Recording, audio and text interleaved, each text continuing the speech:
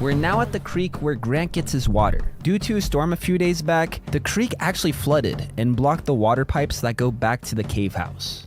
Okay, so we're using panels of wood and blocking off the water so the water level could rise and go through the pipes. Going all the way back to Grant's house, which refills the water supply, but also makes the water slide work, so we could use the water slide.